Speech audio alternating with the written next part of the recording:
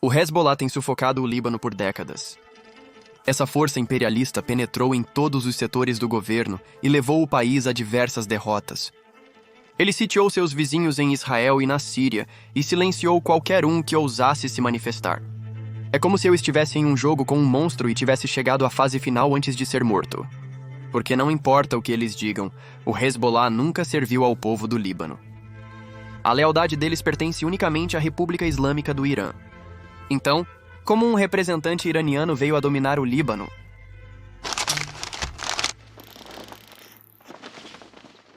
O Hezbollah tem sua sede no Líbano. Seus combatentes são libaneses. Sua propaganda é em árabe. Mas a história do Hezbollah não começa no Líbano, e seu primeiro capítulo não foi escrito em árabe, mas em persa. A história do Hezbollah começa no Irã, com o clérigo xiita incendiário Ayatollah Ruhollah Khomeini. Ele acreditava que Deus o havia designado para iniciar uma revolução islâmica em todo o mundo, começando em seu Irã natal. Por anos, seus sermões alimentaram o descontentamento dos iranianos com o governo. Ele sempre foi franco sobre sua visão do Irã como uma sociedade islâmica, governada por uma forma estrita do Islã xiita. Ainda assim, ele era astuto o suficiente para atrair desde os profundamente religiosos até a intelectualidade de esquerda. Em 1979, durante o auge dos protestos anti-governo, o Shah do Irã fugiu e Khomeini assumiu como líder supremo do país.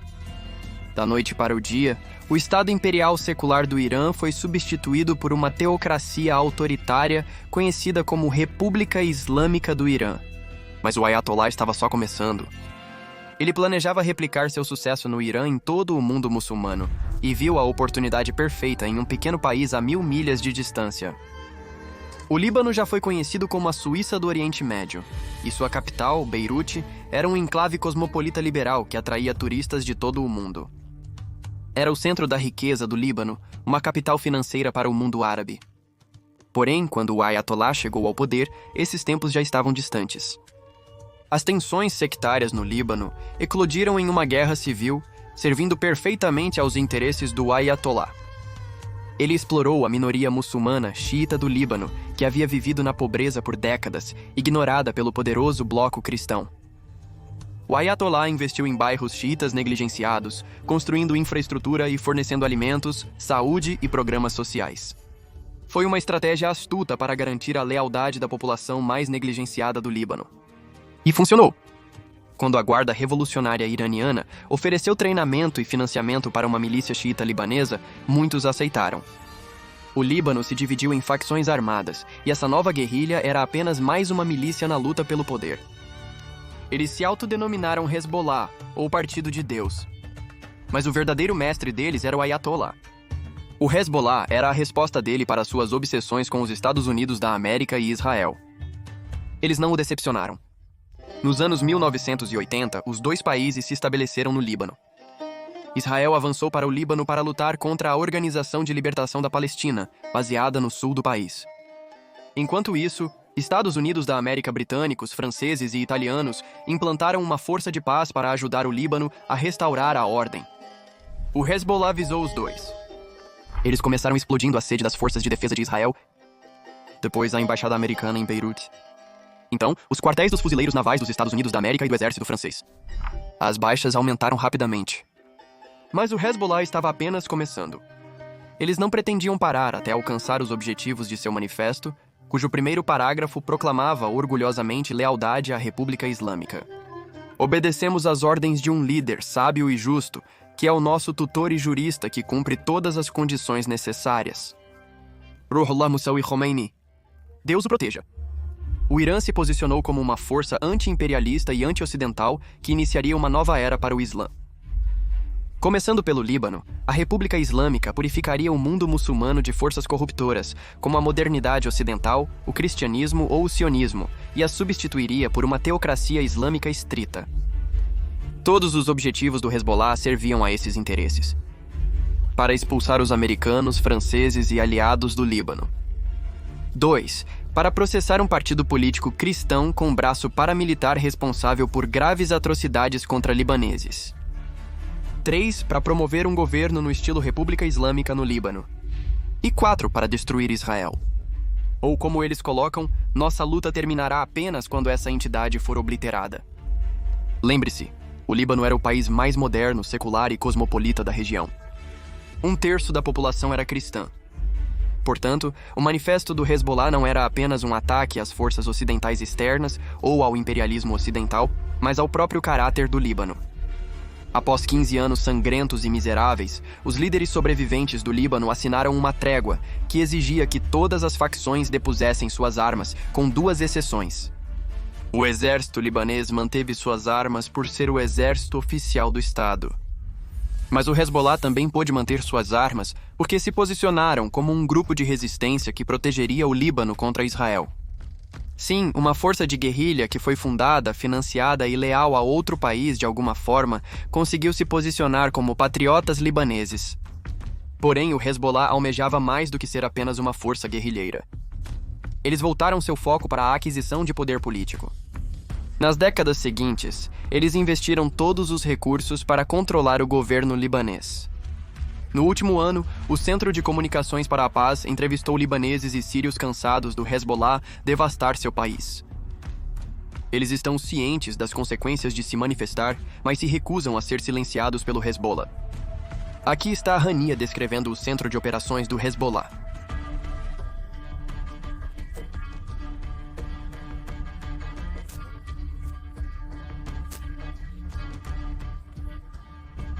É onde as verdadeiras decisões são tomadas pelo Hezbollah. E Dahia não é apenas o centro de poder do Líbano, é também o centro nervoso de todo o império.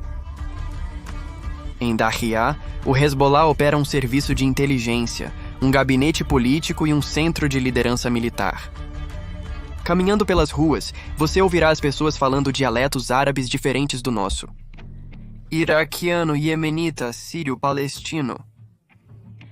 Estes são os representantes das milícias iranianas na região. Eles têm escritórios na Dahiya que se assemelham a embaixadas. E todos eles voltam a uma sala de operações conjuntas para receber instruções do Hezbollah e coordenar seus planos. Porque o Hezbollah não opera sozinho. Ele colonizou o Líbano a mando de seu país-mãe, a República Islâmica do Irã. E todos que sofreram sob seu domínio sabem disso. Ali cresceu no sul do Líbano, sob o polegar do Hezbollah, e lamenta que eles tenham mudado seu país para pior. Quando meu país ficou assim, não costumava ser assim, mas não é o país que é diferente de mim. Eu sou o rosto do meu país e essas pessoas não são. Eles são os que eram estrangeiros. Como uma milícia fez um país de 5 milhões de pessoas se ajoelhar? A resposta é um coquetel tóxico de lavagem cerebral, intimidação e força bruta. É o único partido no Líbano que está armado, supostamente só usa suas armas contra um inimigo, em nome da resistência, mas na realidade, eles as usam todos os dias para qualquer coisa grande ou pequena. Isso inclui manter o povo do Líbano na linha. Por ofensas como ouvir música em público ou sair com o sexo oposto. Quando Ali e seus amigos foram caminhar na floresta, o Hezbollah interveio. Tentei falar com ele, mas ele e mais 2 caras começaram a me agredir com bastão.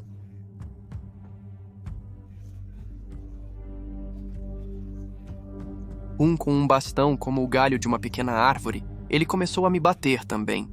Era como se ele tivesse sido programado para atacar. Ele não olhou, falou ou perguntou nada. Ele apenas balançou e atingiu. Os membros do Hezbollah espancaram Ali tão brutalmente que seus ossos se separaram. Contudo, ele achou um jeito de revidar. Quando finalmente saiu do hospital, ele levou os homens que o haviam espancado para o tribunal. E então a pressão começou. Diariamente, pessoas diferentes o pressionavam em casa para retirar as acusações. Quando isso não funcionou, o Hezbollah ofereceu subornos. Quando Ali recusou, o Hezbollah fez os tribunais arquivarem o caso.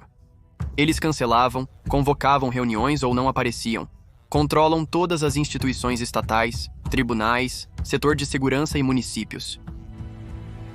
O Hezbollah não chegou lá sozinho. Além da República Islâmica, eles tinham um poderoso aliado no Líbano. Os sírios entraram no Líbano durante a Guerra Civil.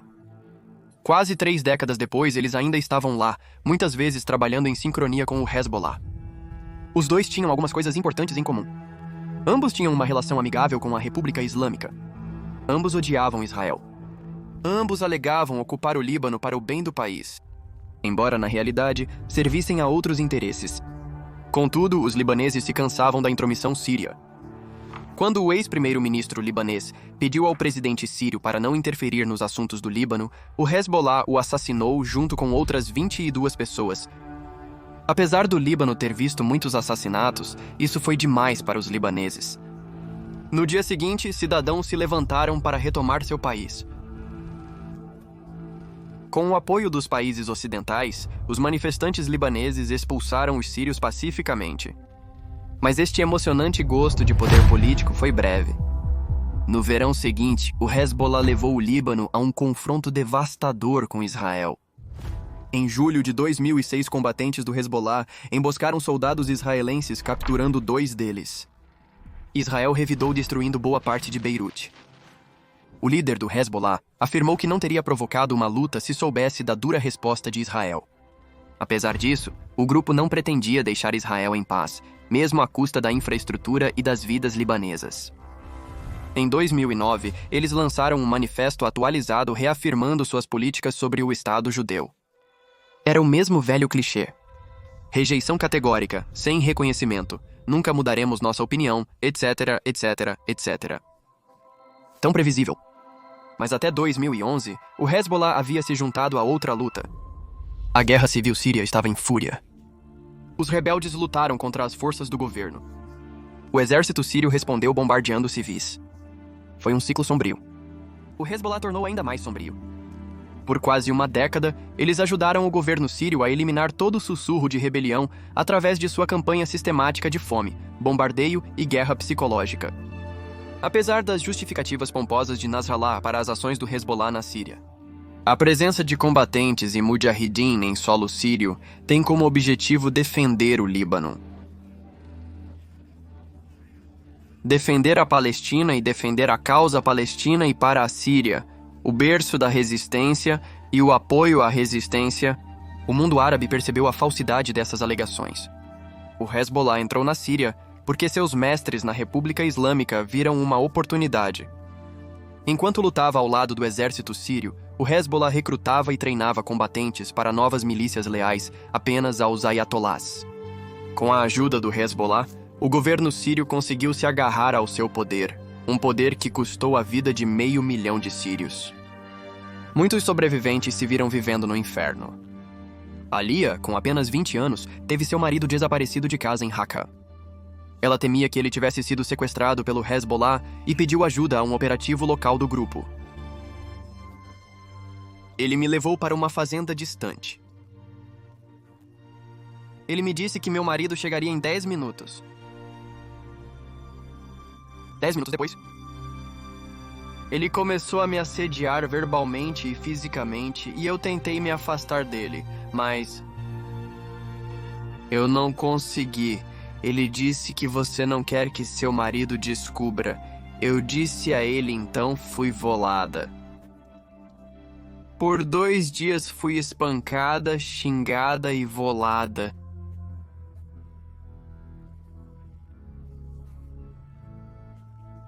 Sem comida, sem nada e ninguém sabendo do meu paradeiro. Nos próximos 6 meses, Alia foi escrava do Hezbollah, forçada a servir homens estranhos dia e noite. Ela só escapou quando seu irmão pagou os $10.000 exigidos pelo Hezbollah como resgate. Mas milhares de mulheres como Alia não têm dinheiro para comprar sua saída do anel internacional de tráfico humano do Hezbollah. Da Gâmbia à Síria ao Kuwait, o Hezbollah compra e vende homens, mulheres e crianças vulneráveis para financiar sua máquina imperialista. E essa não é a única fonte de receita deles. Eles também inundaram o Golfo Árabe com Captagon caseiro, um estimulante sintético que induz a euforia. Não que eles sejam muito exigentes sobre o conteúdo do produto. Laboratórios do Hezbollah na Síria e no Líbano, sem supervisão, produzem anfetaminas contaminadas, gerando cerca de 10 bilhões de lucro anual para o regime de Assad, 1 bilhão a mais que o produto interno bruto oficial da Síria. O crescente envolvimento de pessoas no comércio de Captagon, seja como mulas, distribuidores ou clientes, tem destruído o tecido social de países como Jordânia e Arábia Saudita. Mas as mulas que transportam a droga através da fronteira muitas vezes são forçadas a fazer o trabalho.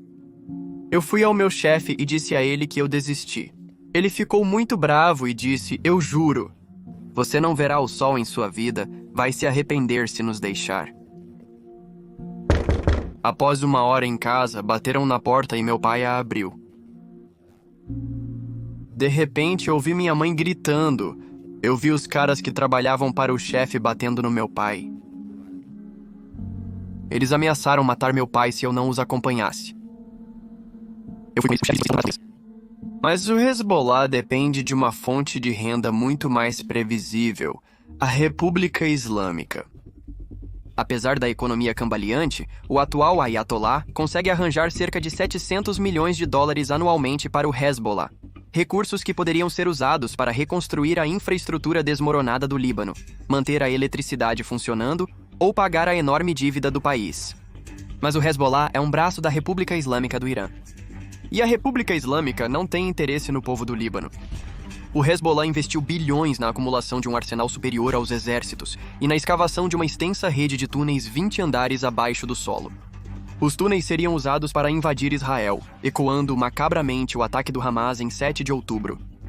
Mas muitos libaneses estão cansados do Hezbollah destruindo seu país, despejando recursos tão necessários em túneis e armas em vez de qualquer coisa útil. Em 2019, o povo libanês tentou se rebelar novamente. Protestos pacíficos e desobediência civil expulsaram a Síria de suas fronteiras.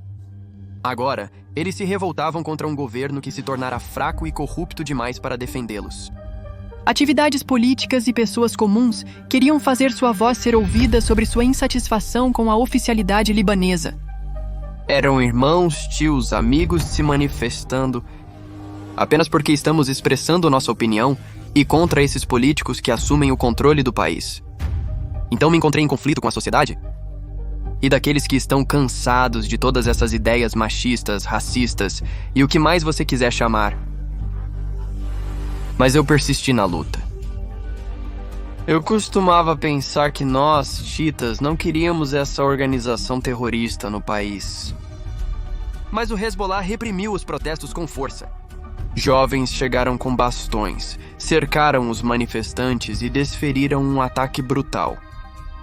Eles atacaram indiscriminadamente crianças, idosos. Todos foram derrubados. Eles vieram em um desfile de veículos e bandeiras do Hezbollah.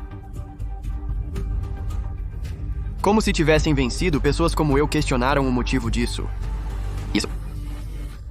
A resistência supostamente defende o Líbano e o sul do Líbano do perigo. Mas se estamos dispostos a expressar nossa opinião e expressar nossa voz, porque não estamos vivendo nossas necessidades básicas, não estamos nos protegendo, então quanto de uma lavagem cerebral esses jovens têm que eles querem descer e bater em seus vizinhos e suas famílias?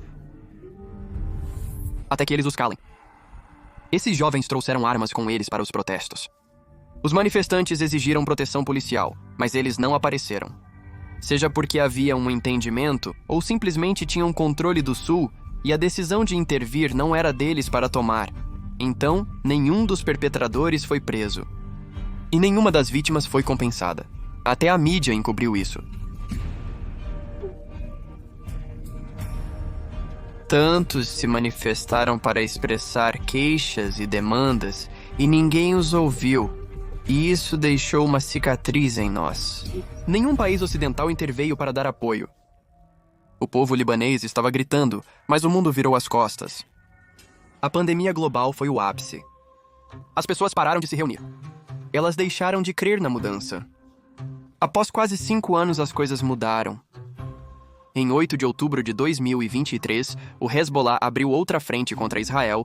Um dia após o pior ataque na história de Israel, o Hezbollah começou a bombardear a fronteira norte de Israel com foguetes, forçando mais de 60 mil israelenses a fugir de suas casas.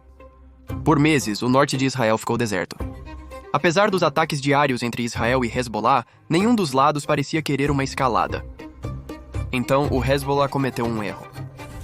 Quase um ano nesta terrível nova realidade, um foguete do Hezbollah atingiu um campo de futebol na cidade drusa de Majd al-Shams. Era uma noite de fim de semana amena, e o campo estava cheio de crianças treinando futebol. 12 delas nunca voltaram para casa. Os israelenses finalmente disseram chega. Em poucos dias, eles assassinaram o líder do Hezbollah responsável pelo ataque de 1983 aos quartéis dos Marines dos Estados Unidos da América. Um homem que passou décadas na lista dos mais procurados dos Estados Unidos da América. Um mês depois, milhares de pagers disparam pelo Líbano. O Hezbollah utiliza pagers, dispositivos de baixa tecnologia, pois são impossíveis de hackear. Em uma operação de anos, a inteligência israelense criou uma empresa de fachada para vender ao Hezbollah pagers com explosivos finos como lâminas em seu interior. Em poucos minutos, eles feriram milhares de operativos do Hezbollah, muitos gravemente, lançando o grupo terrorista no caos. No dia seguinte, repetiram a façanha, agora com os walkie-talkies do Hezbollah. O grupo estava em caos. Eles não conseguiam se comunicar, desconfiados de seus próprios eletrônicos, ataques e cada vez mais paranoicos. Era o momento ideal para atacar os comandantes de alto nível. O comandante-chefe da força de combate mais elite do Hezbollah, depois o chefe de seu corpo de mísseis, depois o chefe de sua unidade de drones, depois o chefe de seu conselho central e então o chefe de seu comando sul. Mas o destaque foi o próprio chefe. Hassan Nasrallah escapou dos israelenses por mais de 3 décadas. Mesmo com os ataques ao Líbano em 2006, ele parecia inalcançável, seguro em seu bunker em Daia. Ele finalmente partiu. Israel explodiu em comemoração. E assim também fizeram partes da Síria e do Líbano. Esta é Idlib, Síria, um reduto rebelde frequentemente alvo do governo sírio, Rússia e Hezbollah. Ficamos muito felizes ao ouvir sobre o que aconteceu com o Hezbollah. Eles merecem o que aconteceu com eles, foi uma ótima notícia. Não nos vangloriamos do ocorrido, mas eles mereceram. Eles nos trouxeram deslocamento, migração forçada e a queima de casas. Eles expulsaram pessoas de suas casas e vilas em associação com um regime criminoso de Bashar al-Assad. Eles participaram do assassinato de sírios e sunitas em geral e perpetraram atrocidades. Agora, eles estão ocupando terras sírias e usurpando-as das pessoas. Um sírio anônimo publicou um post no Times of Israel relatando que tanta baklava foi compartilhada que as confeitarias em Idlib ficaram sem estoque por vários dias. Após assassinar Nasrallah, Israel invadiu o Líbano, onde as forças de defesa de Israel continuaram atacando a infraestrutura do Hezbollah, incluindo as instituições financeiras que o financiam. E das margens, Mariam Lahan, estrela da mídia libanesa, torce pelos israelenses. Ninguém apoia esta guerra e ninguém está em solidariedade com o Hezbollah, nem mesmo as pessoas que você vê abrindo suas casas para eles ou doando sangue. Eles não aceitam o Hezbollah, não abraçam o Hezbollah, não estão com o Hezbollah e não contam com o Hezbollah para ser fiel ao Líbano. Ela reconhece o que muitos no Ocidente parecem negar. O Hezbollah não é um grupo de resistência. É uma força ocupante que só trouxe miséria a todos os países que toca. Quem erroneamente apoia o movimento como resistência está, na verdade, celebrando o braço dominador de um império islamista empenhado em substituir as culturas nativas do Levante. Eles apoiam uma ditadura islamista, onde mulheres são presas por mostrar os cabelos e jornalistas desaparecem em celas por anos antes de serem enforcados em público. Não nego que os ataques de Israel ao Hezbollah foram duros para o Líbano. Porém, muitos libaneses reconhecem que têm um inimigo em comum com Israel. Ao derrubar os comandantes, arsenais e bancos do Hezbollah, Israel também está abrindo uma oportunidade para pessoas corajosas se manifestarem e recuperarem seu país. O problema é que ou vivemos em uma guerra de injustiça ou morremos no matadouro de Khamenei. Não podemos enfrentar isso se a maioria das pessoas, se a maioria hoje prefere permanecer em silêncio, sentar-se e apenas assistir o que está acontecendo. A vitória mais bela é a vitória do Hezbollah com a espada sobre o inimigo que falhou. Traduz-se como vitória no sangue de nós, seus oponentes. A última revolução do Líbano falhou. Esmagada pelo Hezbollah, enfraquecida pela apatia do mundo. Mas há uma chance para este belo e pequeno país recuperar seu antigo status de Suíça do Oriente Médio. E a história nos julgará a todos se não aproveitarmos essa oportunidade.